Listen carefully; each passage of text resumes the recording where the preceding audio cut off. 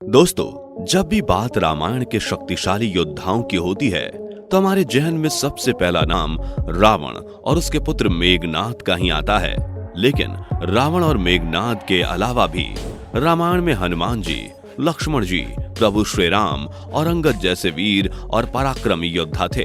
लेकिन क्या आपको पता है कि रामायण में एक वीर योद्धा ऐसा भी था जिसने रामायण के युद्ध में भाग तो नहीं लिया, लेकिन उसकी वीरता का अंदाजा आप इसी बात से लगा सकते हैं कि उसने लंकेश्वर यानी कि लंकापति रावण को अपनी कांख यानी कि बगल में 6 महीने तक दबा कर रखा था।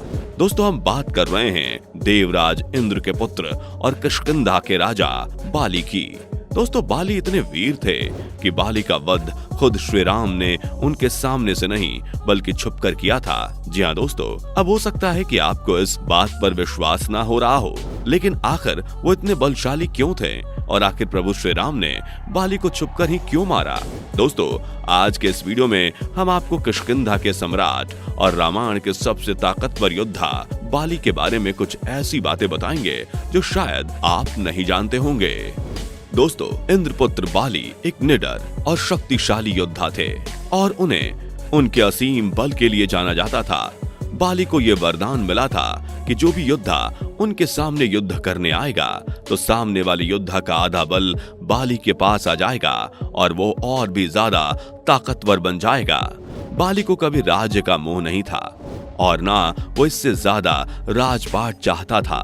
वो किष्किंधा नगरी में ही खुश था, लेकिन उसी समय रावण तीनों लोकों में अपना आधिपत्य स्थापित करने के लिए देवों, दैत्यों, यक्षों और गंधर्वों आदि से युद्ध कर उन पर विजय पाता जा रहा था। इन सभी पर अपना आधिपत्य जमाने के बाद उसके मन में यह आ चुका था कि अब उसके सामने कोई नहीं टिक सकता और रावण को अपनी ताकत पर घमंड था। लेकिन तभी उसे किष्किंधा नरेश महाराज बाली के बारे में पता चला। रावण ने जब उसके बारे में अपने सैनिकों और गुप्तचरों से पूछा तो उन्होंने बताया कि बाली के सामने युद्ध में कोई नहीं टिक सकता। सैनिकों ने ऐसा भी बताया कि बाली के पास कोई ऐसी शक्ति है जिससे उसके सामने युद्ध के लिए गए योद्धा की आदि शक्ति बाली के पास चली जाती है। रावण को अपने सैनिकों के इस बात पर विश्वास नहीं हुआ और वो किष्किंधा के महल के बाहर पहुंच गया और बाली को युद्ध के लिए ललकारने लगा। सबसे पहले रावण का सामना बाली के सेनापति से हुआ तो रावण ने उसके सेनापति को आसानी से हरा दिया। उसके बाद वो बाली को ढूंढते हुए महल के अंदर जा पहुंचा। उसने देखा कि बाली भगवान की पूजा कर रहा था और भगवान के ध्यान में मस्त था। रावण ने बाली को उकसाने की तमाम कोशिशें की, लेकिन बाली अपने ध्यान में ही था। अंत में रावण ने कहा, मुझे पता है बाली तो मुझसे बचने के लिए ध्यान का सहारा ले रहा है। किसी भी वीर योद्धा के लिए ये शब्द उसकी हार से कम नहीं होते।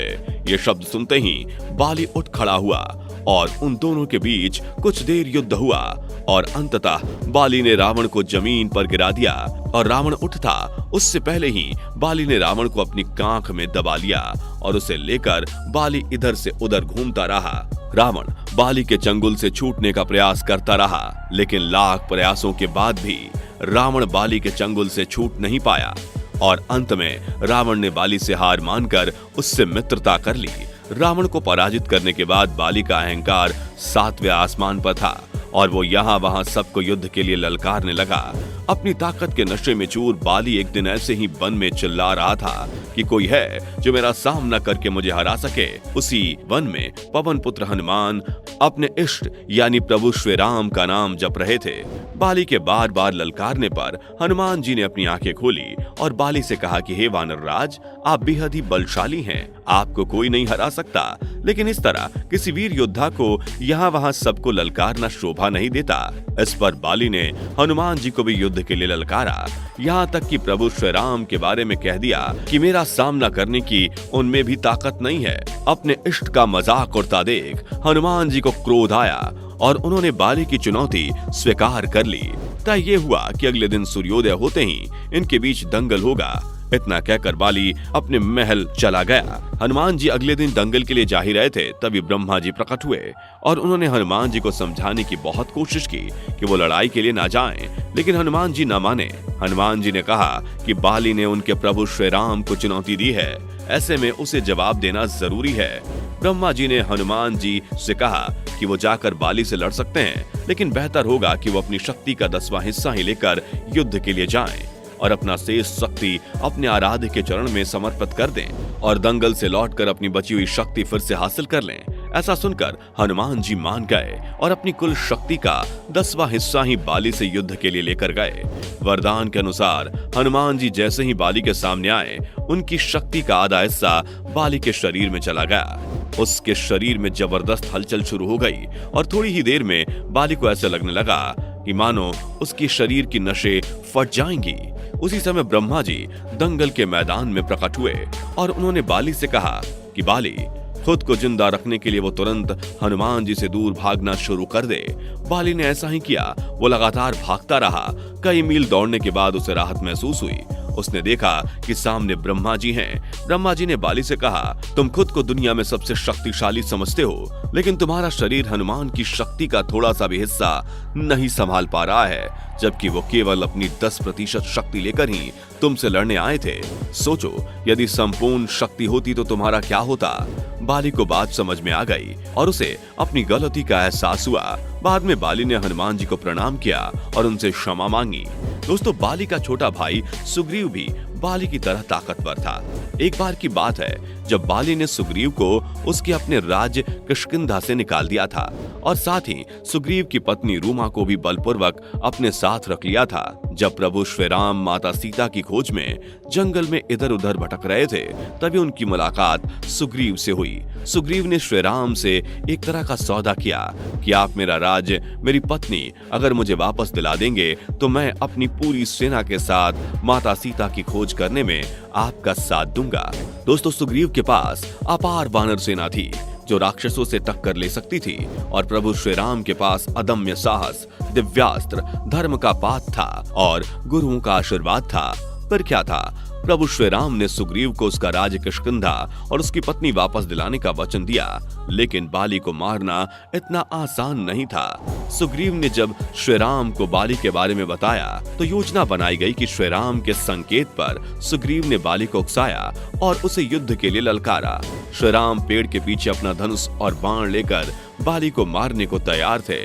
अपने भाई सुग्रीव की ललकार पर बाली क्रोध में सुग्रीव से लड़ने आ गया। जब बाली और सुग्रीव का युद्ध शुरू हुआ तो श्री राम ने अवसर मिलते ही बाली पर बाण चला दिए। बाण लगते ही बाली धरती पर आ गिरा और कराहने लगा। जब उसे पता लगा कि राम ने उसे छिपकर मारा था तो उसे बहुत क्रोध आया। जब श्री राम बाली के पास पहुंचे तो बाली ने पूछा कि हे श्री राम, आपने मुझे छल से मारकर क्या पाया? आपने माता सीता को खोजने के लिए सुग्रीव से मित्रता की, लेकिन मुझसे आपका क्या बैर था जो आपने मेरा वध कर दिया? आपने अगर मुझे कहा होता तो मैं माता सीता को रावण के चंगुल से आजाद करके रावण को आपके चरणों में लाकर गिरा देता, चाहे भले रावण ने माता सीता को सागर की गहराइयों में, आकाश में या पाताल में कहीं भी छुपा कर रखा होता। दोस्तों, बाली इतना ताकतवर था कि अगर श्री राम बाली के सामने जाकर उसे मारने की कोशिश करते तो शायद ही वो बाली को मार पाते। दोस्तों, जब बाली के प्राण निकल रहे थे तब बाली ने अपने पुत्र अंगद को अपने पास बुलाया और कहा कि राम जी के श्री चरणों में अपना समस्त जीवन समर्पित कर देना और अपने चाचा यानी कि महाराज सुग्रीव के साथ हमेशा उनकी परछाई बनकर रहना। दोस्तों, बाली की तरह ही उसका पुत्र अंगद भी बेहद शक्तिशाली था। दोस्तों, प्रभु श्री राम अपनी वानर सेना के साथ जब समुद्र पर राम सेतु का निर्माण कर चुके थे तो उन्होंने रावण के साथ युद्ध से पहले एक बार रावण को समझाने के लिए शांति प्रस्ताव भेजने का निश्चय किया, जिसके अनुसार अगर रावण माता सीता को प्रभु श्री राम को वापस दे देता है तो प्रभु श्री राम माता सीता के साथ अपनी वानर सेना को लेकर वापस लौट जाएंगे। और इस शांति प्रस्ताव को अंगद ने ही रावण तक पहुंचाया तथा रावण के दरबार में जब अंगद को बैठने के लिए आसन नहीं दिया गया तो उन्होंने रावण के अहंकार को तोड़ने के लिए खुद ही अपनी पूंछ से आसन बनाया और रावण के बिल्कुल बराबरी में बैठे।